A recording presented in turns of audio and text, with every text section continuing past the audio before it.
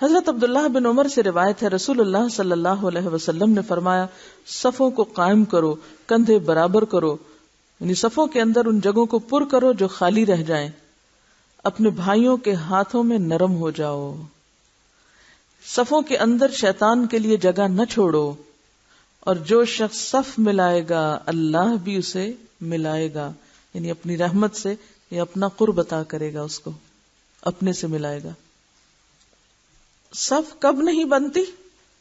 جب ہم بات نہیں مانتے، جب ہم دوسرے کی سنتے نہیں ہیں، جب ہم دوسرے سے تعاون نہیں کرتے، جب دوسرے کو اہمیت نہیں دیتے، صرف ہمیں اپنی ذات کی فکر ہوتی ہے کہ میری جگہ درست ہے، میں ٹھیک ہوں، میں آرام سے ہوں۔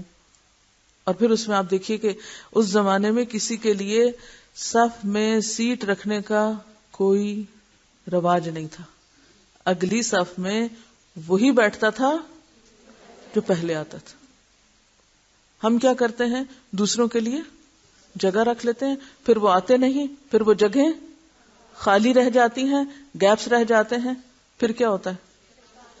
پھر شیطان آتا ہے۔ شیطان آنے کا یہ مطلب کیا ہے؟ ظاہر ہے کہ ایک جگہ خالی ہے، پھر اس سے کیا ہوتا ہے؟ خالی جگہ سے ایک تو بے ترتیبی نظر آتی ہے، دوسرے یہ ہے کہ جس کو جگہ نہیں ملی ہوتی اس کے دل میں غصہ آتا ہے، کدورت آتی ہے، میرے پاس بیٹھنے کی جگہ نہیں ہے اور اس نے اپنے ساتھ کی سیٹ خالی رکھی ہوئی ہے۔ تو اس لیے یہ رواج ختم کر دیں۔ یہ آپ کی اپنے دوستوں کے ساتھ کیا ہے؟ دوستی یا دشمنی؟ یہ دشمنی ہے۔ اگر آپ ان کو غلط چیز پر تعاون کر رہے ہیں اور سہارا دے رہے ہیں کہ وہ خود آئیں سو کر، اور آپ دوسروں کا حق مار کے ان کے لیے جگہ رکھ دیں، یہ درست نہیں۔ اپنے بھائیوں کے ہاتھوں میں نرم ہو جانے کا مطلب یہ ہے کہ اگر صف درست کرنے کے لیے کوئی تم کو آگے یا پیچھے کرے تو بڑی نرمی اور محبت سے آگے یا پیچھے ہو جاؤ، یعنی تعاون کرو۔ اگر صف سے کوئی نکل کر چلا جائے تو اس کی جگہ لے کر صف کو ملاؤ، اللہ تم پر رحمت کرے گا۔ صف کے اندر جان بوجھ کر ایک دوسرے سے دور دور کھڑے ہونا صف کو کاٹنا ہے۔ ایسے لوگوں کو اللہ اپنی رحمت سے دور کر دے گا۔ جس کو اللہ رحمت سے دور کر دے پھر اس کے لیے ہے کوئی ٹھکانہ؟ ہے کوئی جائے پناہ؟ صفوں کی ترتیب۔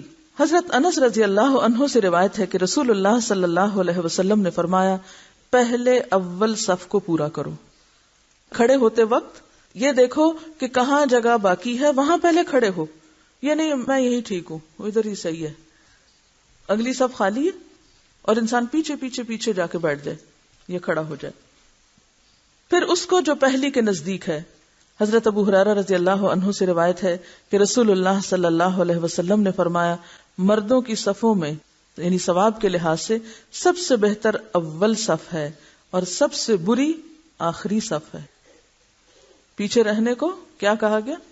سب سے بری، اچھی نہیں، بری، سب سے پچھلی صف ہے۔ اور عورتوں کی صفوں میں یعنی اگر عورتیں مسجد میں نماز پڑھنے جائیں تو ان میں سب سے بری پہلی صف ہے اور سب سے بہتر آخری صف۔ عورتوں کی اگلی صف کو کیوں کہا گیا؟ کیونکہ وہ مردوں کے بالکل قریب ہو جاتی۔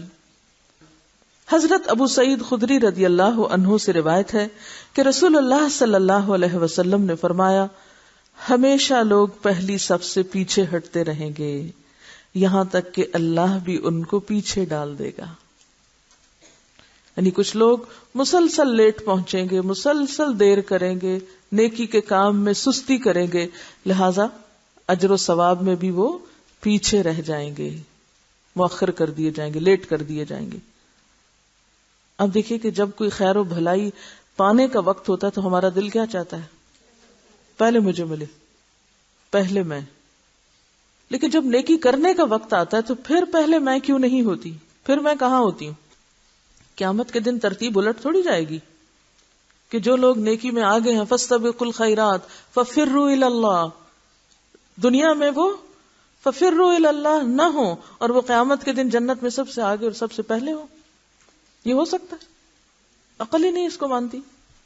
لیکن پھر ہم کیوں سستی کرتے ہیں، کیوں تاخیر کرتے ہیں؟ کسی بھی نیکی کے کام میں سستی اور تاخیر کس چیز کی علامت؟ آپ دیکھیں ہم بہت سی تعویلیں، وجوہات، بہانے، مسئلے بتا سکتے ہیں، بنا سکتے ہیں، ہو سکتے ہیں، لیکن ان مسئلوں کا بھی حل ہوتا ہے۔ ہمیں اپنے ٹائم ٹیبل میں تبدیلی کی ضرورت ہوتی، ہمیں اپنی ٹائم مینجمنٹ کرنی ہوگی. یعنی جو چیزیں آپ کو کسی ایک وقت میں ایک کام کے کرنے سے روکتی ہیں، آپ اس کا سبب جانیں کہ کون سا کام مجھے اس وقت روکتا ہے جس سے میں نماز لیٹ کر دیتی ہوں، یا مرد حضرات ہیں تو وہ مسجد جانے سے رک جاتے ہیں. آخر وہ کیا اسباب ہے؟ جو بھی سبب ہے آپ اس سبب کو معلوم کریں. پھر آپ دیکھیں کہ اس سبب کی نوعیت کیا ہے، اس کام کے پیچھے کیا ریزن ہے، اس کو میں یہاں سے اٹھا کے کہاں رکھ سکتی ہوں. مثلا آپ جب ایک نقشہ بناتے ہیں کسی مکان کا تو اس وقت کیا کرتے ہیں؟ وہ لکیریں کھینچ لیتے ہیں، اچھا یہاں یہ کمرہ بنا لیتے ہیں، یہاں یہ بنا لیتے ہیں، یہاں یہ کیا کرتے ہیں؟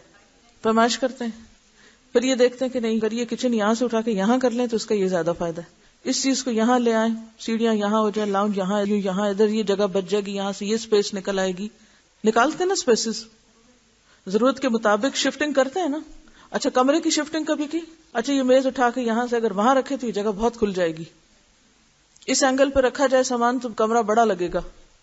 یہ سب تبدیلیاں کیوں کرتے ہیں آپ؟ سہولت کے لیے، چیزوں کو اکوموڈیٹ کرنے کے لیے. مثلا آپ کے گھر میں کچھ فرنیچر تھا، نیا آ گیا، ضرورت تھی، اب آپ لے آئے. اگر آپ پہلے کو بھی ترتیب سے رکھیں گے اور اس کی بھی جگہ بنائیں گے تو بن جائے گی، اسی جگہ پہ بن جائے گی اور پتہ بھی نہیں چلے گا کہ کوئی مزید چیز اندر آئی ہے. لیکن اگر آپ بے ترتیب ہیں اور آپ اپنی عقل استعمال نہیں کرتے تو ہو سکتا ہے آپ ایک سہولت سے فائدہ نہ اٹھا سکیں. آپ کہیں نہیں لے جاؤ، اس کی مجھے ضرورت نہیں، میرے پاس جگہ نہیں. لیکن دنیا کے سامان ایسے نہیں واپس بھیجتے آپ جگہ نہیں. میں نے گاؤں میں دیکھا ہے ایک چارپائی کے اوپر ایک اور اس کے اوپر ایک اور اس کے اوپر ایک، چھت تک چارپائیاں چڑھا لیتے ہیں. کس لیے؟ جگہ بنانے کے لیے. یعنی ترتیب دیتے ہیں اس کو، حالانکہ وہ کتنا مشکل ہے. کبھی آپ نے دیکھا ہو، میں نے یہ منظر دیکھا ہوا ہے کہ جو آخری چارپائی اوپر چڑھانی ہوتی ہے وہ جان جوکھوں کا کام ہوتا ہے، پھر اس کو اتارنا. تو یہ سب آپ کیوں کرتے ہیں؟ کیونکہ آپ کو ضرورت ہے اس چیز کی. دین کی، نیکی کمانے کی ہمیں ضرورت نہیں ہے. اس لیے آسان طریقہ کیا ہے؟ بہانے بنا دو. بچے چھوٹے ہیں، وہ میاں آفس دیر سے جاتے ہیں، وہ فلاں ایسے کام ہے، فلاں ایسے کام ہے، لہٰذا بہت سے عذر بہانے کر کے اپنے آپ کو ایک خیر سے محروم کر لینا. مثلا اگر آپ صبح کھانا پکا کے آتے ہیں گھر سے تو آپ رات کو پکا کے رکھ لیں. جو کام آپ کسی اور وقت میں کر سکتے ہیں اسی کام کو آپ عین نیکی کے وقت میں کیوں کرتے ہیں؟ یہ وقت کا صحیح اور بھرپور استعمال نہیں. اس لیے ہمارے نیکی کے کاموں میں تاخیر کی ایک بڑی وجہ ہماری زندگی کی بے ترتیبی اور صحیح طور پر ٹائم کو مینج نہ کرنا ہے. اہم اور غیر اہم میں تمیز نہ کرنا ہے. کس کام کے لیے کون سا وقت ہو یہ نہ پتا ہونا ہے. اب آپ دیکھیے اللہ تعالیٰ نے 5 نمازوں کے جو اوقات رکھے ہیں اور پھر ان کا سائز آپ دیکھیں. ہونا تو یہ چاہیے تھا صبح میں ہم بہت فریش ہوتے ہیں، اللہ تعالیٰ عشاء کی نماز صبح کے وقت رکھ دیتے. اسی طرح ظہر کی نماز عصر کے وقت میں رکھ دیتے. بھئی وہ ظہر کا وقت ابھی آدھا کام کا دن ہوتا ہے تو وہ بہتر ہے فارغ ہو کے زیادہ لمبی نماز پڑھیں. مغرب کا وقت چونکہ کم ہوتا ہے اس لیے مختصر سی نماز. تو سائزز میں فرق ہے نمازوں کے، حالانکہ سب نمازیں اللہ تعالیٰ چاہتے 5 نمازوں کے ایک ہی جتنے رکعتیں رکھتے، لیکن ایسا نہیں کیا. تو یہ کیا کیا ہے؟ یہ کیوں کیا ہے؟ کس طرح اکوموڈیٹ کیا چیزوں کو؟ گرمیوں میں دن لمبے ہیں، سردیوں میں چھوٹے ہیں، راتیں لمبی ہیں. پھر اسی طرح آپ دیکھیں سب درختوں کے پتے ایک جیسے نہیں ہیں. جب آپ باغ لگاتے ہیں کوئی بڑا درخت ہوتا ہے، کوئی چھوٹا ہوتا ہے، کوئی گھاس ہوتے ہیں، کوئی پودے ہوتے ہیں، ان سب کو اپنی ترتیب سے رکھتے رکھتے وہ جو منظر بنتا ہے وہ کتنا خوبصورت ہوتا ہے. تو اسی طرح اگر آپ اپنے دن بھر کے ٹائم ٹیبل کو ایک ترتیب سے رکھیں، بڑا حصہ کام کا، پھر چھوٹا، پھر چھوٹا، پھر اسی طرح گھر کی ترتیب میں ہر چیز کے اندر اس حسن کو اگر آپ برقرار رکھیں تو آپ اپنی زندگی سے بھرپور فائدہ اٹھا سکتے ہیں. ادروائز بس جیسے آئے ہیں ویسے ہی چلے جائیں تو قیامت کے دن کیا منہ دکھائیں گے. اللہ تعالی ہم سب کو ہدایت دے.